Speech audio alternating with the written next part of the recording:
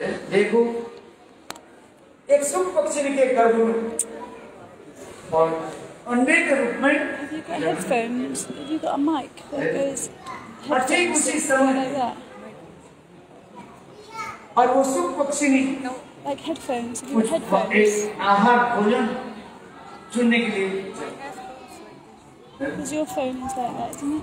और अंडे के रूप में ही बन Thank you. और ठीक उसी समय शिव और पार्वती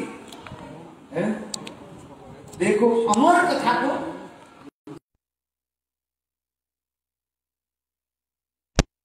जी बोले देखो She said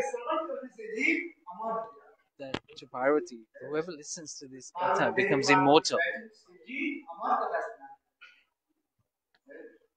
और देखो ये अमर कथा क्या है? What is this katha? This is Amar, immortal katha recital. The pastime is so sweet.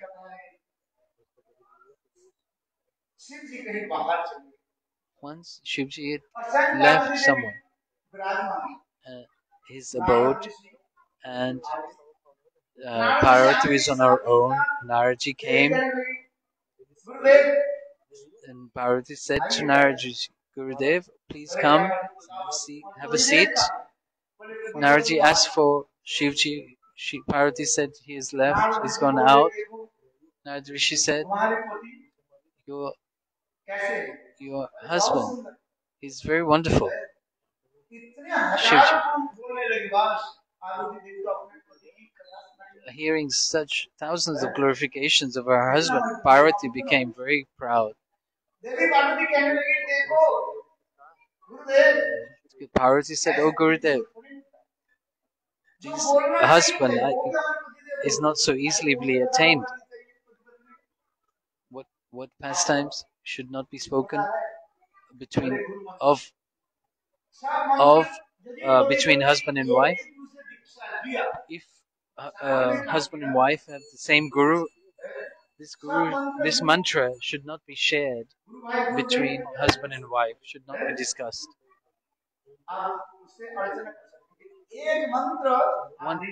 One mantra cannot be shared between husband and wife. That guru mantra cannot be shared. The mantra given by Gurudev, guru mantra, can only be discussed between guru and disciple. It cannot be discussed by with another third person, even between husband and wife, even if they have the same guru.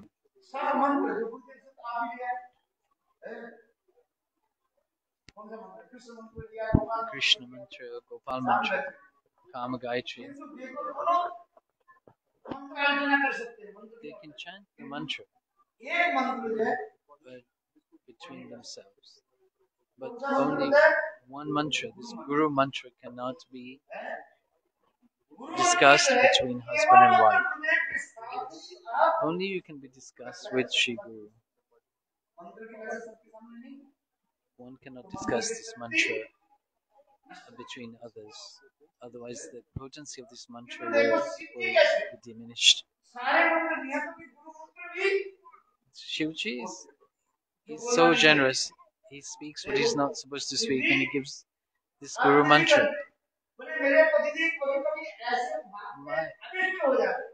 My husband, Shivji, he becomes so absorbed and speaks of that which is not to be spoken. My husband is such. He speaks Ram Katha, sometimes Krishna Katha, and the pastimes of the eightfold pastimes of Radha and Krishna. I cannot glorify my husband enough. Narad Rishi said, this is very wonderful.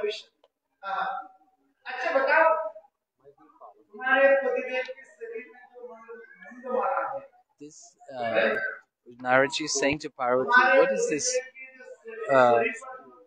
what is this skulls around the neck of your husband? What is this ashes around the body of your husband? Has your husband ever told you why? Parvati is saying, oh, this is his renunciation. It's a symbol of his renunciation. No, Naraji says, no, this is not the full story. Listen, and this is the essence of all the pastimes of the Vedas and the Puranas. Just by putting ashes on one's body, this is not real renunciation. Tulsidas is saying in this verse, just by eating fruits and nuts and berries, one will attain the Lord. Not possible. Just by drinking milk and living on milk alone, that you will attain the Lord. If these calves, they drink milk, only milk, will they attain the Lord? No.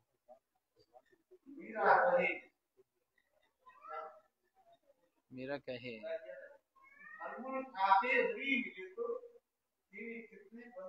This proverb that Mira recited. Just by drinking milk, if it was possible to attain the Lord, then the calves would have attained. But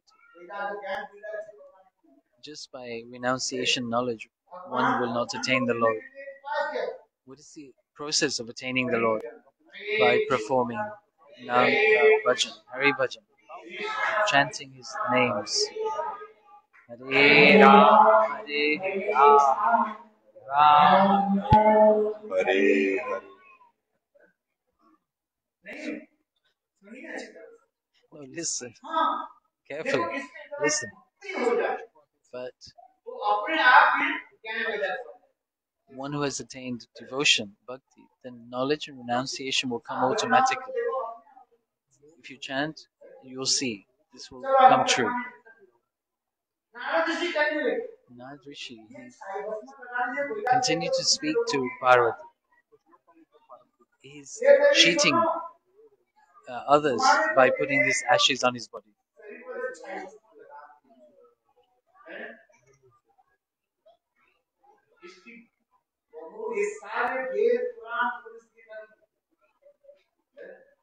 There's so much in this your husband has not told you.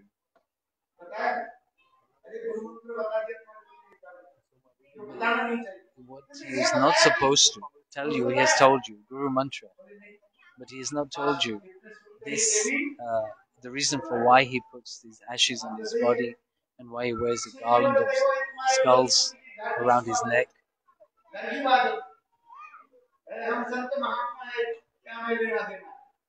The sadhus, Naradji, he stirred some trouble between husband and wife, between Parvati and Shiv. And in truth, he's not like this. He's not stirring trouble. He's full of loving affection. He did not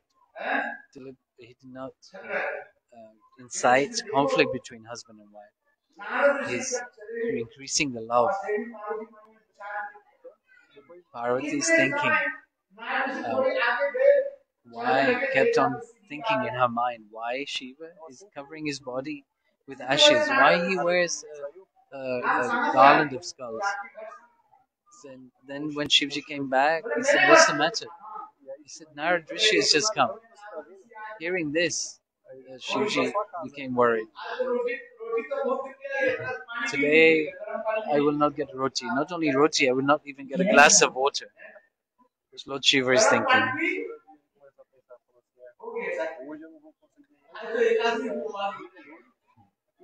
Tomorrow will be Ekadashi. Nirjala Ekadashi. If the wife is upset, then she will not cook. Then you'll have to fast Nirjala Ekadashi.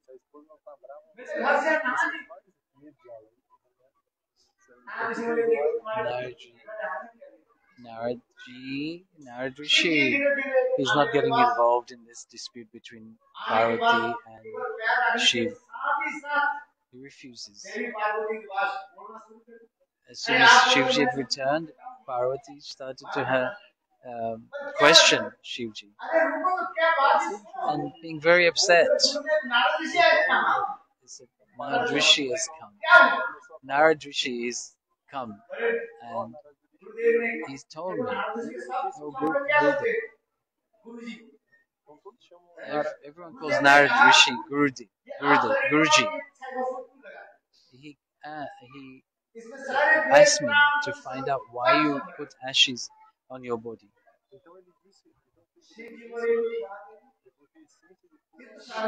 This is a simple thing, Lord Shiva said. Oh Parvati, Devi, listen. Every lifetime you leave your body, and in your separation,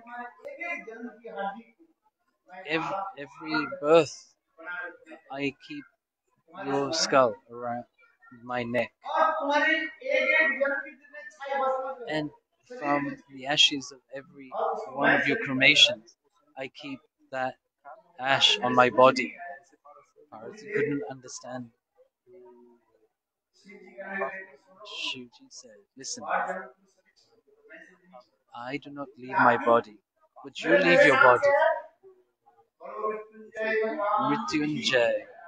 My name is Mrityunjay. He's immortal. This Mrityunjay mantra is his mantra.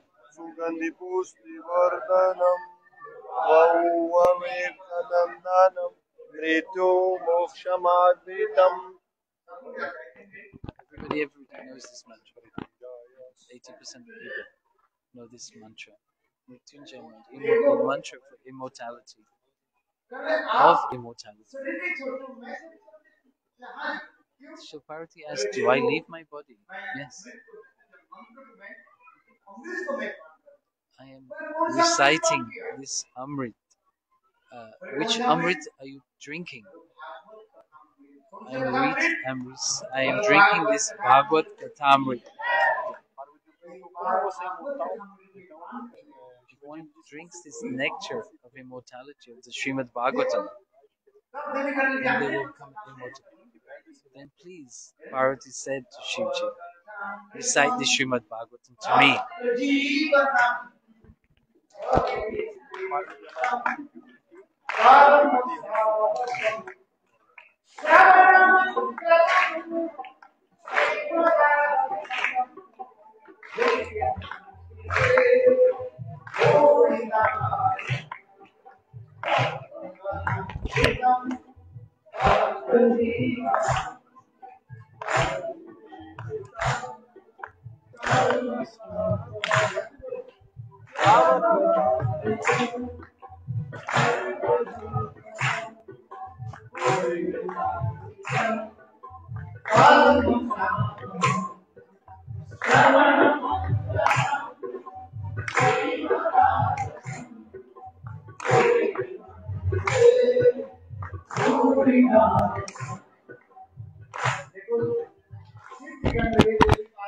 Shivji said to Parvati,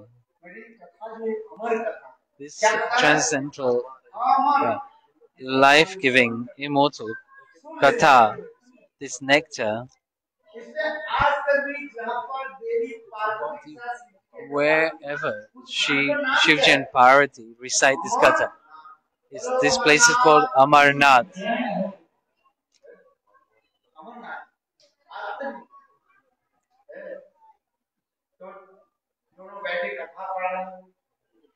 So both were sitting and reciting the Srimad Bhagavatam, and this Amar Katha, this nectar, cannot be heard by everyone, only those who are qualified. But if you fall asleep during the listening, so I know that you have not fallen asleep, you make this noise, acknowledging noise, that I know that you are listening. And It's full of tattva-siddhanta, philosophical conclusions. Wherever there is philosophy, first, second, third, fourth, the canto, but at that time, Parvati fell asleep. That shook those in the tree who's listening. In the form of an egg, it was listening. I took birth at that time in a nest. My mother, the mother of the bird, Sukha, had gone to get some food. Some wind blew and knocked the egg from the nest.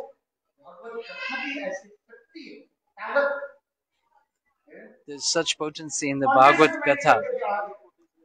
I came out from the egg. I was about to die because it was cold. But hearing this katha from the lotus leaves of Lord Shiva, I became immortal.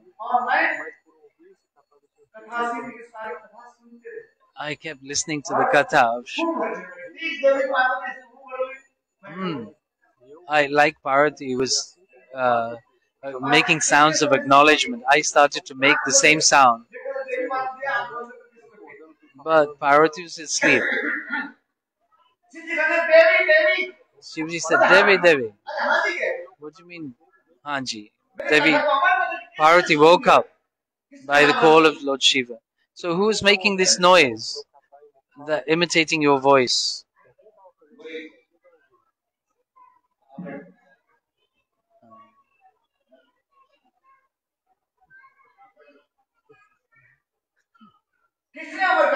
Ooh, recited the Srimad Bhagavatam. Who was listening to the Srimad Bhagavatam? This bird, Sukha, was listening. This person was unqualified, listened. And then Shivji chased the bird with his trishul, his trident, and to reach Badrikashram, where Vyasadeva was there, was reciting to his wife this katha, Bitika, her name. And then listening to this katha went into the mouth of Bitika and into her stomach. Shivji asked Vyasadeva, have you seen a bird come here?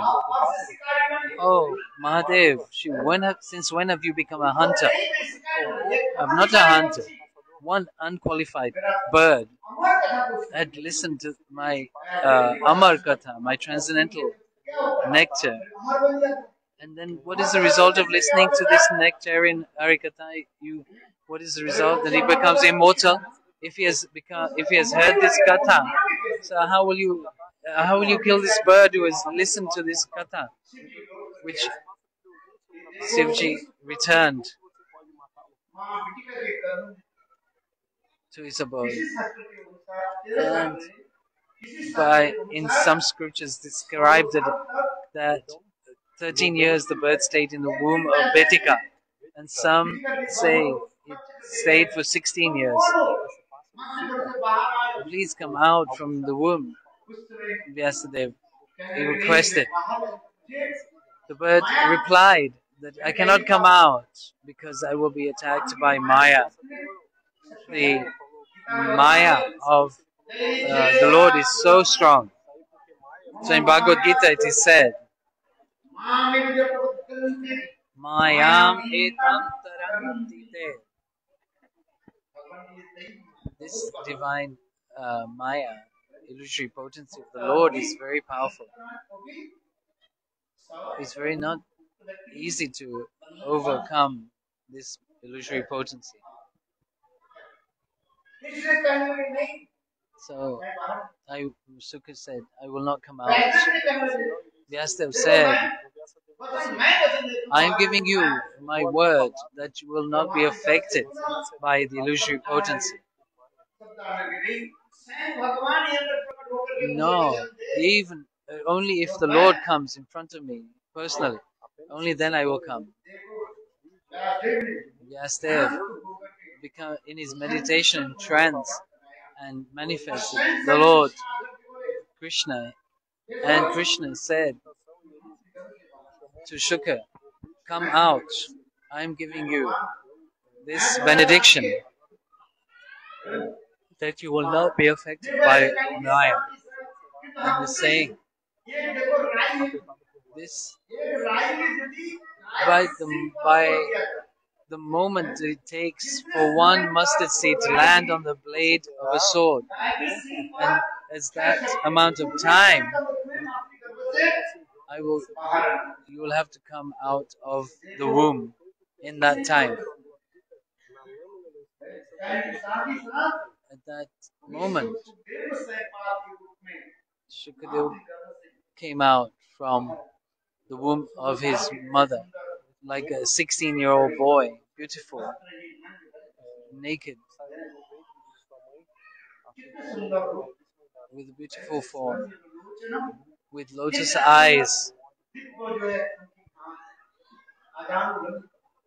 long arms, long limbs. This has been described. Beautiful form, very beautiful nose, lotus eyes,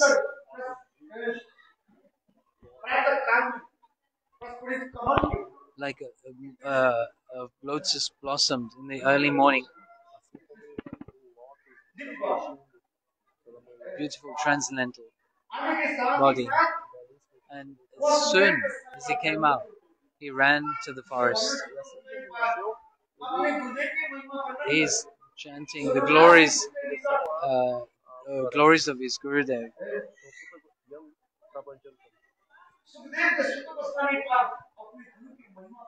He's chanting the prema-katha.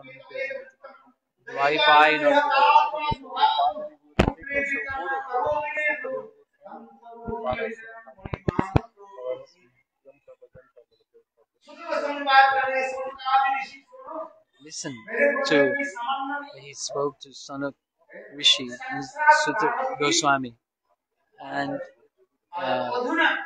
he described the glories of his Gurudev. Sutta Goswami recited this verse. And glorifying their Gurudev, Shukadev Goswami. He did not have any purificatory ceremonies performed. And straight away he ran to the forest, and his father ran after him, calling out, "Ha putra, ha putra." And my Gurudev, Sukadeva Goswami, did not turn his head once and look back. Sutta Goswami is reciting this verse in glorification of his Gurudev. This is a very high level of devotion. This is a description of Shukadeva Goswami's life story.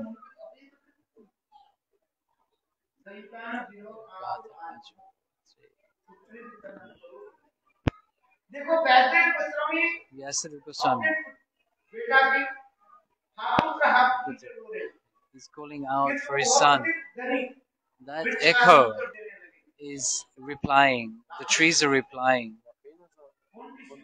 Who is my son? Who is your son? Who is your relative? Who is your friend? You say, Chori. In this song we say, just develop one relationship with the Lord, Ram, and renounce all other relationships. You are not alone, my dear. You will have to break this relationship. you will not be able to progress. This is the life story of Shukadeva Goswami. He ran towards the forest. Just having darshan of Shukadeva Goswami, all the living entities, even the trees, became Mahabhagavat.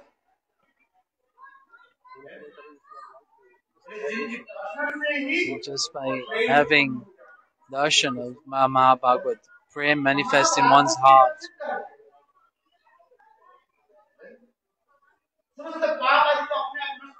All our sinful activities, the result of our sinful activities are vanquished by having darshan of a Mahabhagavat. Sukadeva Goswami is saying, "Oh Maharaj Parikshit, I was only wanting to merge into Brahma. There's two meanings. Jyotirmay Brahma. The main definition of Brahma is Bhagavan.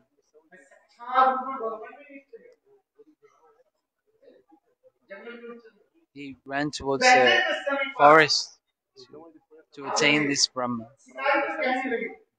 Yesterday, I requested some hunters to catch this bird, and there's only one way to catch this bird. Vyasadeva taught these hunters two shlokas of Krishna's beautiful form and his qualities.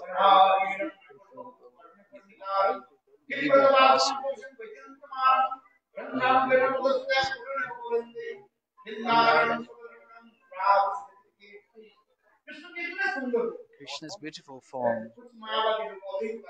Mayavadis and Advaitavadis and those logicians who want to argue, they do not think that the Lord's form is eternal.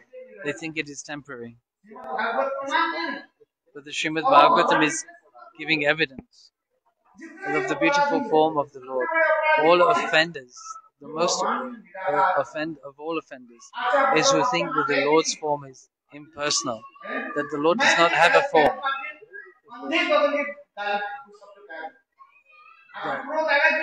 if somebody calls somebody who can see blind, then you become angry. You can see, you can do everything, but if somebody calls you blind, then you'll be very offended, become very angry. So we say to the Lord, Lungada, lame, but he has limbs, he has form, he has beauty. He can do everything that an ordinary person can do. But if we say that he cannot, then this is very offensive.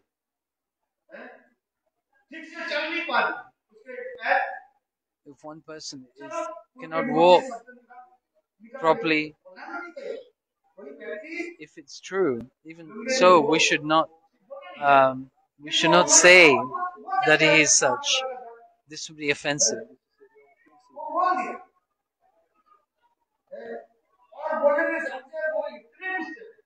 But if we by mistake say such offensive words to a person, then they will become very angry and they will chase us to beat us, having been insulted.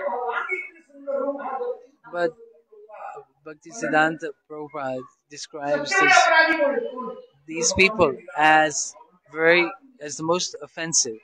Those who consider the Lord's form, consider that the Lord has no form, that is impersonal.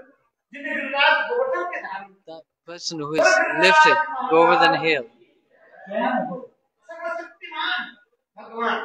the Bhagavan who has all potencies, and if we say that he has none, this is such a great offense. This is BhaktiSiddhanta Saraswati Prabhupada's words. He identifies these offenders. If he had no potency, how did he lift Giriraj Govardhan? The Lord is full of potency, Shakti.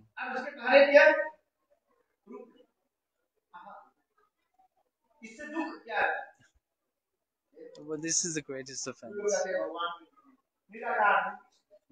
Nirakar, Nirvishya, to call the Lord and not having form or qualities. In Chaitanya Chaitamrita, it's clearly said that Mayavadis are offenders. We're not saying, I am not saying. The scriptures are saying. He's full of qualities, so beautiful. And how can anyone call him formless?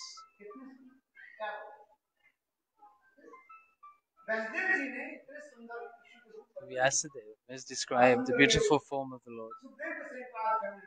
Shukadeva Goswami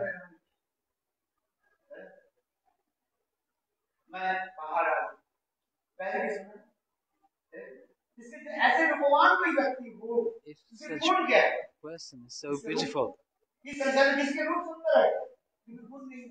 some people have a beautiful form, but they don't have good qualities. Like we said, Dhunduli. Dhunduli, she was very beautiful, but she was not of very good qualities. But one who is full of good qualities may not have a beautiful form, but to have both in this world is very difficult to find. But the Lord is described. His beauty is not ordinary. It's transcendental beauty. It cannot be compared with any other beautiful thing.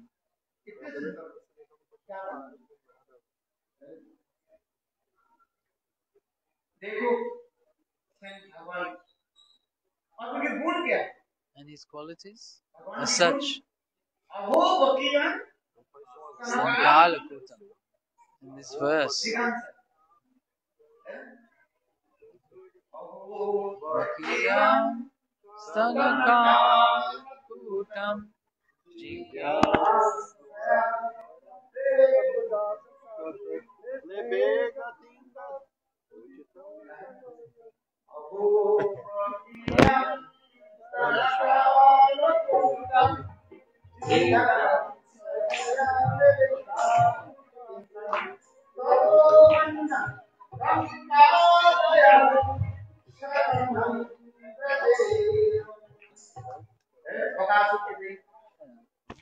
the sister of Bakasur, Putana, took a form of a mother, but her intention was to kill Krishna. She smeared poison on her breast.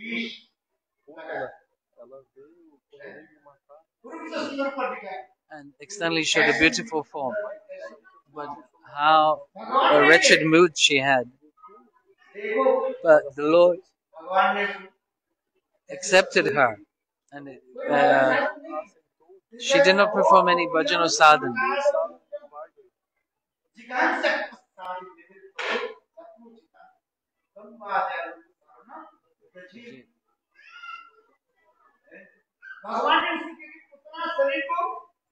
The Lord destroyed her horrific Putana form and sent her in Golok as the maidservant of Mother Yashoda.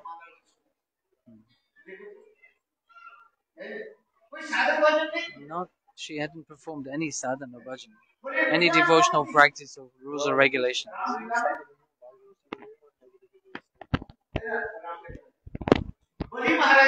Bali, Maharaja's daughter, Ratnavali.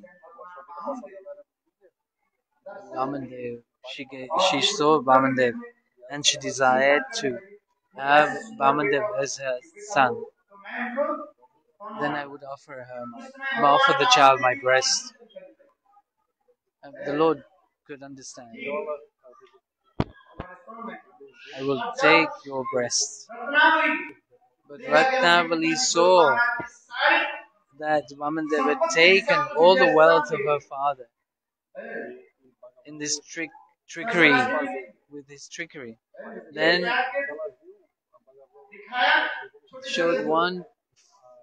showed two small feet, and then manifest 3 feet.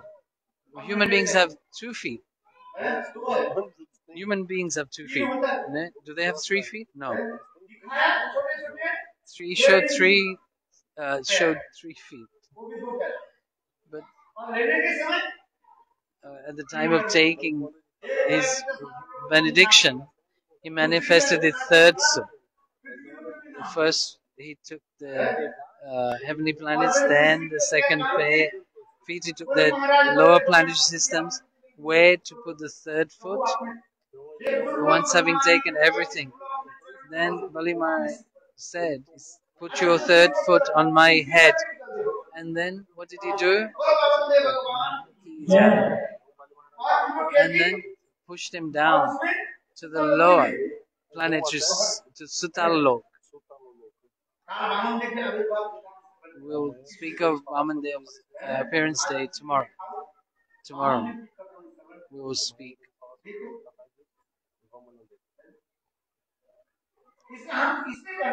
So we're saying this. Why? Bali Maharaj's daughter, Ratnavali, in Krishna's Lila appeared as Putana. Such a beautiful form. And gave her such a high position.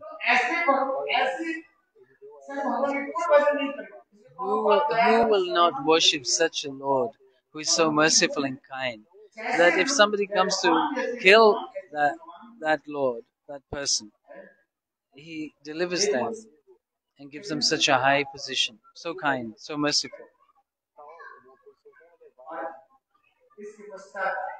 Thereafter, Shukadeva Goswami told, Vyasa told the hunters. No, the hunters told Shukadeva Goswami, who taught these mantras to them, and they revealed that it was his father, Shukadeva's father. Having heard this, then Shukadeva returned and learned the Srimad Bhagavatam, and then repeated it to Parikshit Maharaj. Ki Jai. We will speak more. Here we will rest. Then we'll do Aarti. Lal ki Jai. Jai Shri Radhe. Jai Jai Shri Radhe.